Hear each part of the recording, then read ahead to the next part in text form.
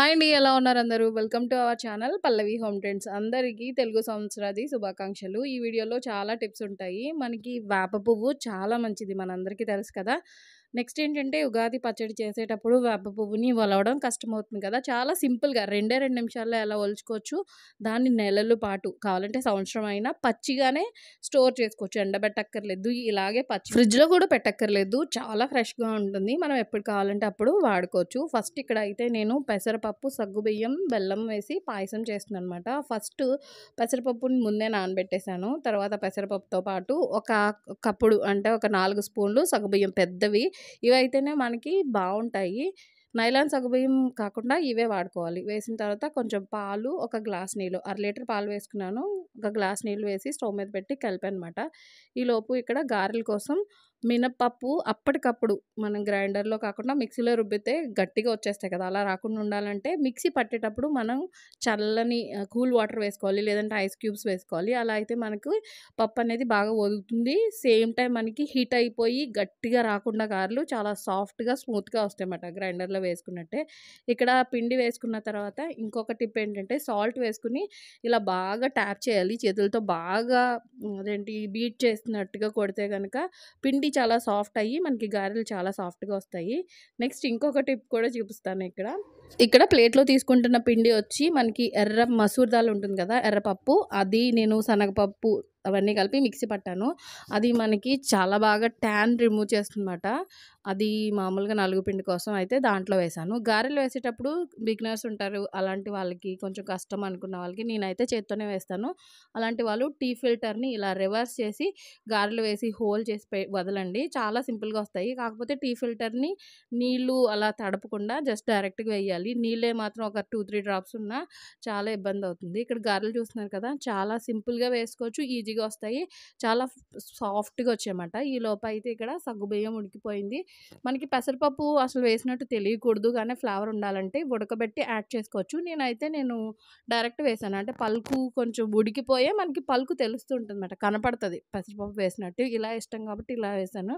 అన్నీ ఉడికిపోయిన తర్వాత stove off చేసి యాలకుల పొడి, తురిమి పెట్టుకున్న బెల్లం గూడా వేసేసాను. స్టవ్ ఆఫ్ చేసిన ఒక 2 నిమిషాల తర్వాతే బెల్లం యాడ్ చేయాలి. లేకపోతే విరిగిపోతుంది. ఇది మాత్రం మోస్ట్ ఇంపార్టెంట్. ఇలా కలిపిన తర్వాత జీడిపప్పు, బాదంని నేను కట్ చేస్తుంటే సరిగ్గా రావట్లేదు ముక్కలు. అందుకని రోట్లో వేసి దంచానమాట. దంచితే మనకి చిన్న చిన్న ముక్కల్లాగా బాగా వస్తున్నాయి. ప్రతి స్పూన్‌కి మనకి డ్రై ఫ్రూట్ అయితే తగులుతది. అందుకని దంచి ఏస్తున్నాను ఈ మధ్యలో.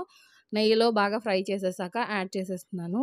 ఇలా అయితే రెడీ చేశానమాట.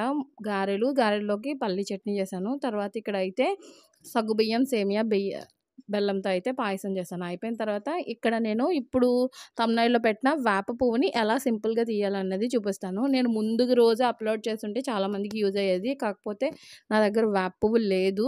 మా వారు డ్యూటీలో ఉండడం వల్ల తీసుకురాలేదు కాబట్టి నేనైతే ముందు చూపించలేదు. ఇప్పుడు ఎలా నేను తీసుకుంటున్నాను కాబట్టి ఇంకా వీడియో తీసి నెక్స్ట్ టైమ్ అయినా యూజ్ అవుతుంది కదా అని మీకు షేర్ చేస్తున్నాను. ఇక్కడ వేప పువ్వు మనం ఒక కర్చీఫ్‌లో గానీ ఏదైనా క్లాత్‌లో నీట్‌గా ఉన్న దాంట్లో వేసి మనం గట్టిగా బండకేసి కొట్టామనుకోండి, మనకి చక్కగా పువ్వులు, మొగ్గలు గూడా వచ్చేస్తాయి ఎక్కువసేపు కొడితే. లేదు కొంచెం తక్కువ కొట్టామనుకోండి పువ్వులైతే వచ్చేస్తాయి. నేను ఇవేంటంటే ఫ్రెష్‌వి మనకి తెలిసినవి మనకి దగ్గరలో ఉన్న చెట్టువైతే ఎక్కువ డస్ట్ అది పడకుండా ఉన్నదైతే గనక కడగక్కర్లేదు. లేదు మనకి కొంచెం బయట కొన్నాము, రోడ్ సైడ్ ఉంది అనే వాళ్ళైతే మాత్రం ఖచ్చితంగా కడిగి వాడుకోవాలి. మేమైతే దగ్గరలో ఉండి నీట్‌గా ఉన్న చోట తీసుకొచ్చాం కాబట్టి ఇంకా నేను వాష్ చేయకుండానే వాడుతున్నాను. ఇక్కడైతే ఉగాది పచ్చడి చేస్తున్నాము. పిల్లలు, నేను కలిపి ఒక్కొక్కరు పెద్దోడు ఒక ఇంగ్రీడియంటు, చిన్నోడు ఒక ఇంగ్రీడియంటు వేసి ఇక్కడైతే ఉగాది పచ్చడి చేస్తున్నాం. దాన్ని ఎక్స్‌ప్లెయిన్ చేస్తూ పిల్లలు 1,00,000 క్వెషన్స్ అడుగుతారు కదా! ఇదెందుకేస్తారు? ఇదెందుకు మిక్స్ చేస్తారు? కారం ఎందుకేస్తారు? ఉప్పు ఎందుకేస్తారు? స్వీట్ ఎందుకేస్తారు? అని నేను అవన్నీ చెప్తూ వాళ్ళకైతే ఎక్స్‌ప్లెయిన్ చేస్తూ వాళ్ళ దగ్గరుండి మేము చేసాం కాబట్టి వాళ్ళకి చాలా ఇలాంటివి ఏదో అనుకుంటాం గానీ చిన్న చిన్న పనులైనా గానీ వాళ్ళకి చాలా బావుంటాయి. మంచి యాక్టివిటీ లాగా అనిపిస్తది వాళ్ళకి. ఏదో కొత్త విషయం నేర్చుకుంటున్నాం అని చాలా ఇంట్రెస్టింగ్‌గా చూస్తూ నేర్చుకుంటారు. వాళ్ళు ఇంక్లూడ్ అయ్యి చేస్తారు కాబట్టి సేమ్ టైమ్ అల్లరి చేయరు. మనకి హెల్ప్ చేస్తారు. అలా చేస్తున్నావు, ఇలా చేస్తున్నావు, ఇది వేయకు, అది వేయకు అని అనకుండా మనం చేస్తూ వాళ్ళ చేత చేయిస్తూ చేస్తే ఇది వాళ్ళకి చాలా బాగా గుర్తుంటుందన్నమాట. నెక్స్ట్ వాళ్ళ వేలో వాళ్ళకి అది అర్థమవుతుంది. స్వీట్ అంటే ఇది, మనకి చేదు అంటే ఇది, మన లైఫ్‌లో అన్నీ ఉంటాయి. కానీ అన్నిటిని మనం ఈక్వల్‌గా తీసుకోవాలి, బ్యాలెన్స్ చేసుకోవాలి. ఏదొచ్చినా గానీ మనం ఇబ్బంది పడకుండా ఉండాలి అని నేను చెప్తూ అయితే ఉగాది పచ్చడి చేశాను. తర్వాత అయిపోయిన తర్వాత మామిడికాయ పులిహోర చేశాను. చాలా వీడియోస్ అయితే వీడియో కంప్లీట్‌గా తీయలేదండి. నేను అక్కడక్కడ తీసానమాట. పోపంతా వేసేసిన తర్వాత మామిడికాయ తురుముని లాస్ట్‌లో యాడ్ చేసేసి దాన్ని అన్నంలోకి కలిపేసి కలుపుకోవడమే. చాలా బావుంటది మామిడికాయ పులిహోర. అసలు మామిడికాయని ఇంక్లూడ్ చేసుకోవాలి అసలు పులుపుకి. చింతపండుని అసలు యూజ్ చేయకూడదు. చింతపండు వల్ల అస్సలు ఎసిడిటీ ప్రాబ్లమ్, అల్సర్స్ ఇంకా చాలా ఇష్యూస్ అయితే వస్తాయి. మామిడికాయని ఎక్కువగా యూజ్ చేయడం వల్ల ఏ విటమిన్ బాగా అందుతుంది.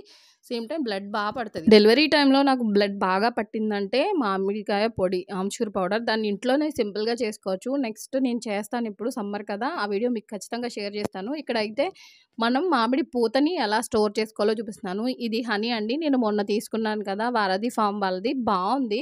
ఇది నేచురల్ హనీ అనే నేను నమ్ముతున్నాననమాట. ఎందుకంటే బయట కొన్నవి అసలు మనం ఒరిజినల్ అనేసి చెప్పలేము. కానీ ఇది వైల్డ్ హనీ అని అన్నారు. బావుంది కూడా టేస్ట్ సేమ్ అలానే ఉంది. అందుకని తీసుకున్నాను. ఇదేంటంటే మనం వేప పువ్వు తీసుకున్న తర్వాత ఒక గాజు బాటిల్‌లో వేసి కొంచెం హనీ వేసి బాగా మిక్స్ చేసుకోవాలి. నేను ఒక 4, 5 స్పూన్ల వరకు వేశాను.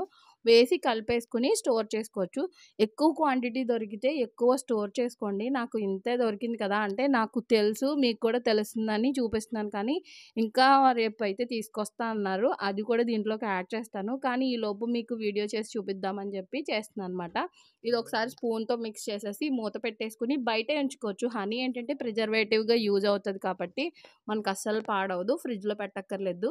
మనకి కావాల్సినప్పుడు పచ్చడి ఏదైనా సరే చేసుకోవచ్చు. వేప పువ్వు ఆరోగ్యానికి ఎంత మంచిదో స్పెషల్‌గా నేనేం మళ్ళీ చెప్పక్కర్లేదు. ఖచ్చితంగా వేప పువ్వు మనం తినాలి.